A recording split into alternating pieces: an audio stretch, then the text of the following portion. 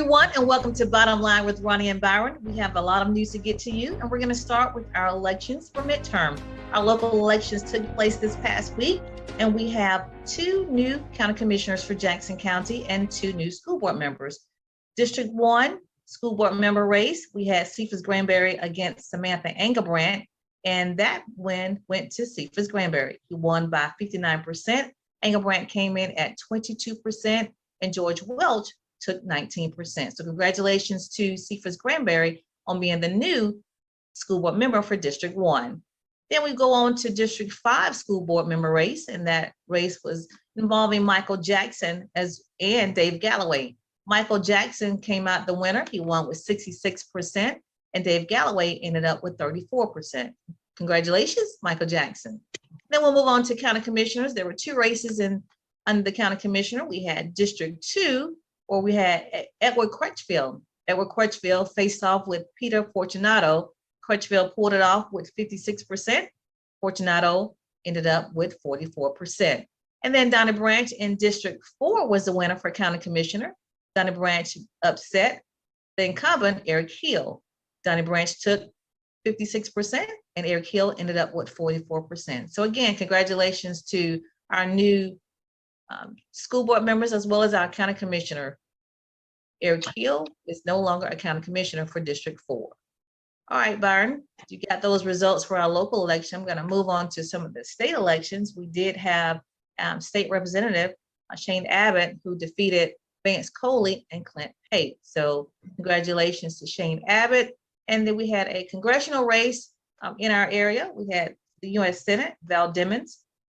Val Demings is the primary Democratic primary winner, and she'll go on to the general elections, which will be in November. So everybody stay tuned for the upcoming elections in November. So we will have a Senate general election, as well as the U.S. representative.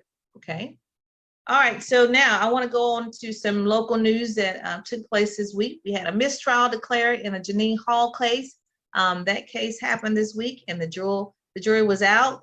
They deliberated from 3:30 on Wednesday, Byron, to like 7:45, and they came back and said they could not reach a verdict. So a mistrial was declared. I don't know if you're familiar with the case, but Janine Hall was a former employee in the Jackson County Tax Collector Office, and she was accused of stealing over $100,000, one kind of scheme to defraud, and 125 counts of forgery. So how they explained it, Byron, is what she was doing is apparently writing checks, and they were supposed to be for like, I think, $775, and she would write it for $1,000, and of course she would take the difference, $225 in increments like that, and mounted up to $100,000 that she was accused of stealing. So that declares a mistrial.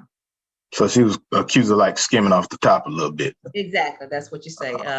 According to Hess, matter of fact, he actually testified, but again, the jury could not come up with a verdict. So we got that. And then also locally, we had one of our local attorneys, LaDre Gilbert, was arrested this past week, counted for grand theft as well as money laundering. So that also took place this week. One of the local attorneys. And so with that said, I want to go ahead and move on to an interesting story in Bay County. We have 20 teachers that resigned during the first week of school. Isn't that interesting? 20. Yeah. That's crazy. And they just came off of a big, hiring that would have got them, got their head above water, and in the first few weeks of school, boom, 20 gone. That's And it does not say why. It didn't say why, but I don't know, Byron. It's just kind of, I hate that. Feel weird, don't it? Like is it a statement they're making or what? That'll be interesting to find out what was the cause of all 20. Is it from the same school? There is a consensus that's going on that it's hard to get teachers because they're concerned with the behavior of the kids, the behavior of the parents. And so a lot of people don't have the patience to deal with some of the stuff that happens now on behalf of the student. You have a kindergarten cursing teachers out, you have the parents backing that kid up, and it's just not, a good scenario in some cases that are experiencing that. So that's a lot of the deterrent of teachers just not wanting to teach anymore. So, so too bad for that. Yeah. But I wanted to bring up our local and state news. This is brought to you by Brightway Insurance. Brightway Insurance is located in Marianna at 2867 Caledonia Street. You can reach them at 850-633-3460 for any of your insurance needs. Byron, another story I want to get to is President Biden, as you know, have offered a plan to forgive student loans, which is, welcoming. However, our Governor Ron DeSantis, says it's unconstitutional and that the universities should foot the bill. So just want to put that out there. Biden has his plan to forgive it. However, our local governor is saying it's not constitutional. So we want to watch that and keep our eye on that. And then lastly, go ahead. He got a good point there. He do have a good point. The schools the one got you paying all that money. Government ain't got no bit of paying. I understand he coming to the point. But I don't want him to dismiss the opportunity for a lot of people to get their loans. Because that's a huge burden. So we all know that, right? Yeah, you're right about that. All right. So now the last story I want to just kind of mention is that our next step at Endeavor Academy is beginning to start their actual school program on Monday, which is August the 29th. The students will go for like 2-hour in-class session, and then they'll do some on-the-job training. So that's the School for Autism, if you're not aware, but it is opening on Monday, and we brought on the director before. We've had her on the show before, and so we'll have to bring her back and just kind of talk about, how this program is going. And her name is Tammy Dasher. Remember Tammy? Yep. I definitely do. So and make sure that kind of get an update. And it'd be great to bring her back. That just now the school is open and running and get it back. Yeah. And it's a 2-year transition program too. So again, we'll try to bring her back. Again, local and state news is brought to you by Brightway Insurance. Brightway Insurance, you can reach them at 850-633-3460. So that's all the local and state news I want to touch on today. What do you have for national news? So for national, before I get into it, I want to mention People's Funeral Home. They're here when you need us. Long Granbury Funeral Services Incorporated, doing business as People's Funeral Home. Their caring staff is available 24/7, or when the need arises. Please give Cephas, a newly elected District 1 school board representative, and Ms. Gwen Long a call at 850-482-2233. Again, that's 850-482-2233. Confusing for me, but the Fed saying that they could keep lifting rates sharply for some time. The Federal Reserve Chair Jerome Powell has delivered a stark message saying that the Fed will likely impose more large interest rate hikes in the coming months, and is resolutely focused on taming those highest inflations in the 4 decades. So I don't get it. I don't understand when people are already, kind of hurting, you're squeezing even more. So you do want you don't want people to buy more, or you don't. When they're not, you lower the interest rates. Don't really understand that part, because I think the American people are already squeezed enough as it is, but somebody have to break that down to me and explain the whole how interest rates and all that works when a country is pretty much in a recession, and then you're raising interest rates. I don't know. Yeah, that doesn't make sense to me either, Byron. I'm with you on that. You know what I'm saying? So to kind of segue to this next story, active shooter kills 2, injures 4 at a Kentucky homeless shelter. 2 people were killed and several were wounded. Police believe this random shooting attack at a men's homeless shelter in Western Kentucky was at the hands of the man that was identified as Kenneth B. Gibbs. And they believe that he was a former tenant of the shelter. Right now they don't have any rhyme or reason. The town's name is Henderson, Kentucky. And the gentleman, Mr. Gibbs, was 37, and he's 37. And so there's no clear motive of why he took this position to go in and just start shooting up. But there was a survivor that, basically mentioned that he came in one room and he saw him flip the lights back off and went into another room, and the gentleman heard 9 shots. before escaping out a window. So, prayers to the people of Henderson, as well as the governor the governor of Kentucky has made tweets about supporting the families and the people of the town. But another active shooter event, which is not too far from one of the bases that I'm very familiar with, Fort Knox, Kentucky. And my last story, Secret Service recovers $286 million in stolen COVID relief funds. These loans were meant for small businesses, but were discovered that they were siphoned off by fraudsters using thousands of stolen or fake identities. So this is just like the tip of the iceberg of just randomly finding that much money has been stolen and been frauded. So this is just something that's on the way. I'm telling people, that PPP loan, getting out there and getting these things, saying that you're a business and that you've been hurt to get that money, it's coming. It's kind of like with the IRS, it's coming back around and it's gonna catch up with you. Yeah. So, but that is it for me in national news. And before I leave again, People's Funeral Home, they're here when you need us. So please give them a call at 850-482-2233. 850-482-2233. Again, that's People's Funeral Home. Okay. Well, we'll move on to sports. I want to just kind of hit on just a wide range of sports that's happening in and around our county. We have football going on. We have 4 high schools here, so make sure you find a way to support, one of them. You have Marianna has a football team, Steeds has a football team, Graceville and Cottondale. So make sure that you find a way to go out and watch some Friday night football under the lights. So I'm sure you'll have a treat. And then we also have volleyball going on now. We have 3 of the teams. We have Marianna has a volleyball team, Sneeds, as well as, who's the other one I missed? Oh, no, that's it. Oh, Cottondale. Can't leave out Cottondale. Alma Mater, yeah. So Cottondale, Sneeds, and Marianna, they all have volleyball teams. So volleyball action is in full swing right now. So make sure that you grab a schedule. We'll try to post a schedule on our website if we have not already.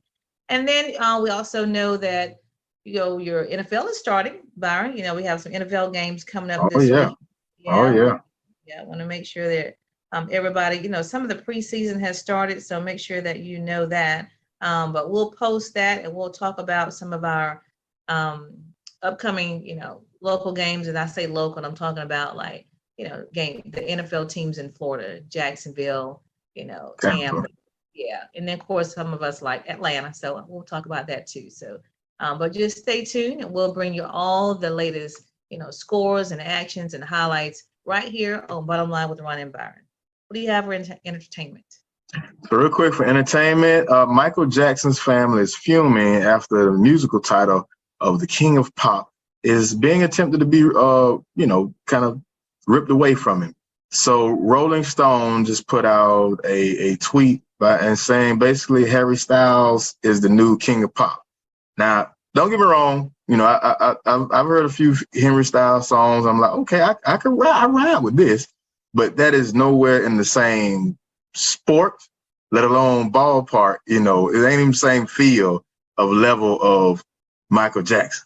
And Taj Jackson, that's the eldest of Tito Jackson's children. That's his son. He put out a tweet and he basically said there is no new King of Pop. You don't own the title, Rolling Stone, and you didn't earn it. My uncle did. Decades of dedication and sacrifice. The title has been retired. No disrespect to Harry Styles. He's mega talented. Give him his own unique title. So I'm with him on that one. I'm not calling him, just saying it because it's his uncle, but I mean, let's be honest. Michael Jackson. People that don't even listen to that genre of music know Michael Jackson hits. And love him. So it goes beyond his all his multiple talents. And mind you, he never acted, never did movies like that. It's just music and his talent just transcended the globe. So I ain't feeling that. The next story, Capitol Records. Capitol Records just pulled a plug on what is deemed a racist AI rapper after barely a week. So Capitol Records came out with an artificial intelligence rapper, and it got, you know, reamed on social media for basically projecting gross stereotypes. This AI rapper name was FN Mika, and got its support from virtual music label Factory, you know, New, and its co-founder Anthony Martini. It was trying something, and it got a lot of backlash for it. But it just shows you how execs and people in high levels view, you know, rappers and the imagery of rappers. And this AI rapper was using a voice from another unsigned rapper, and you know, using the N-word, things of that such. So they even got images in the videos of police beating them and stuff like that. So it really didn't come off well. And it kind of shows where we're at, even in virtual reality, where we're at in the nation, as far as the imagery. And that imagery is a lot of it has to do with how these rappers are doing, you know, how they're projecting themselves and how they're projecting the whole culture and society. Which brings me to my next story. Fetty Wap and Young Thug are facing years in prison. So these are two of hip hop's biggest stars in the past decade that are now facing years behind bars. Fetty Wap, which he came out, and I want to believe it's 2015 with his biggest breakout, Trap Queen. He is facing 5 years has a maximum of 40. He pled guilty to conspiracy drug charges that carries a mandatory 5-year sentence. Young Thug, who slowly built himself into one of the largest artists, he's facing he's in a YSL RICO case where he's facing charges from renting a car that another gentleman was killed out of. So it's a big case in the hip hop community. A lot of people know about it, and it just, like I said, just speaks to what the imagery of these Black youth are seeing, what they're perpetuating, and then to what, you know, some like Capitol Records, what a big industry looks to. And we can't, you know, I'm a big accountability guy. We have to look at these type of things. Music is not what it was in the 90s. It's not what it is today. It's almost like selling drugs and doing stuff like that is glorified. You can hear a song and then you see the videos and it's like, man, it's completely different world. Yeah, some of it's rough to watch. And like I had the conversation with somebody else. Whenever you listen to music and it's laced with profanity or vulgarity, you know, you lose the message, you know, you really do. So that's just, you know, that's an unfortunate part, because sometimes there is a message there in the words and the lyrics, but you lose it because it's just kind of covered with all kind of the delivery is just kind of and there's no message anymore. You know, I can take you know, cursing and stuff like that if you got a message in there. There's no message in there. And I hate when they try to use artistic, you know, freedom and things like that. You know, a lot of times it's a lot of fluff and a lot of finesse, and accountability. We got to get back to that. I'm guilty of, when I was young, I, you know, caught myself rapping and stuff like that. It was, you know, you trying to perpetuate something that you think everybody want to hear and see, but really your real message is, you know, is not that. So it's not that of you. But to say the least, this is something that we didn't even see coming up, you know, and it's a lot of rappers getting killed. It's a lot of rappers getting killed lately. And I'm definitely not used to that, you know, so. But that is it for me. Yeah, that is it for me and entertainment. All right. Well, I want to, before we go to relationship tea today, Byron, I want to just kind of make sure I mention this. And I don't know if you know this, but during our elections this week, Jackson County had a 31% voter turnout. So I just want to throw that out there. I don't know if you think that's good or bad, but that's the number, and I want to make sure everybody knows that. And then, but I don't know if I mentioned that the U.S. Senate race, Val Demings did win that race for the Democratic primary. She won by 84%. And then so she'll face Marco Rubio in the general election. And then for the governor, Charlie Crist did defeat Nikki Fried, and then he will face Governor DeSantis. So that's where we are with that. I want to make sure that we don't leave out our congressional races. All right, so let's move on to our relationship tea topic. Last week, we did discuss To get more, you have to do more. And so this week we want to talk about just a little bit. How do you do that and stay focused? So I'm just going to go ahead and put it out there. In order for you to stay focused, you can't look to the left. You can't look to the right. You can't be around a lot of riffraff. You can't be distracted. You got to know the plan and know your goal, and just kind of look straight forward and keep it moving. I mean, I think that's the best way to, as we say, get your bag, and to grind, is to just kind of stay focused and not get discouraged when you hit bumps and hiccups during the journey, because you're going to hit those. I agree. Like something's going wrong, or it's not going right, or it's just kind of, but a businessman told me the other day, he said, slow is show, fast won't. I was like, I'll take that with me. Slow is show. That won't last. Yeah. That's funny you say that, because I was coaching my son's baseball team this past year, and that was one of the things I used to tell the kids, and it's one of the ditties of mine that we learn in military and infantry and shooting and stuff like that in tanks. Is slow is smooth, smooth is fast. And you take your time. But the sidestep a little bit, another point that I would make, I would say, two things, and kind of caveats on what you mentioned, having a that tight circle, even if it's just one person, to keep you focused on that goal, on that grind, because it's something that you're grinding to. And a lot of times, like for me, I'll kind of, something else will come along and I'll get all into that direction. And I need somebody to say, hey, remember what was your original goal? That and life has some twists and turns on you where you can kind of get down on one thing, but completely forget that you got something, straight in mind. And the other one is, it can get a little frustrating. It can get a little stressful when you have that grind mode. You'll be going 100 all the time. So you got to come up with things, whether it's physical fitness, whether it's reading, something to keep you, grounded, but not stress you completely out. So those two things I would say are good ways to keep you focused. You definitely need to make sure you got a good support system. Well, like I say, even if it's one person, to keep you on point. That is true. So there you have it. We just gave you some good advice on how to stay focused when you're trying to get your bag. That seems to be the catchphrase. So, all right, Byron, I think we're going to wrap this show up. We've given them a lot of information this week. I want to make sure that you understand we do appreciate your support. Continue to watch and let us know when you see us on the streets that you do watch Bottom Line with Ron and Byron. And we're going to end the show today and say, remember, when you know the truth, you can speak the truth. And the light shines brighter when it shines for two. We'll see you next week.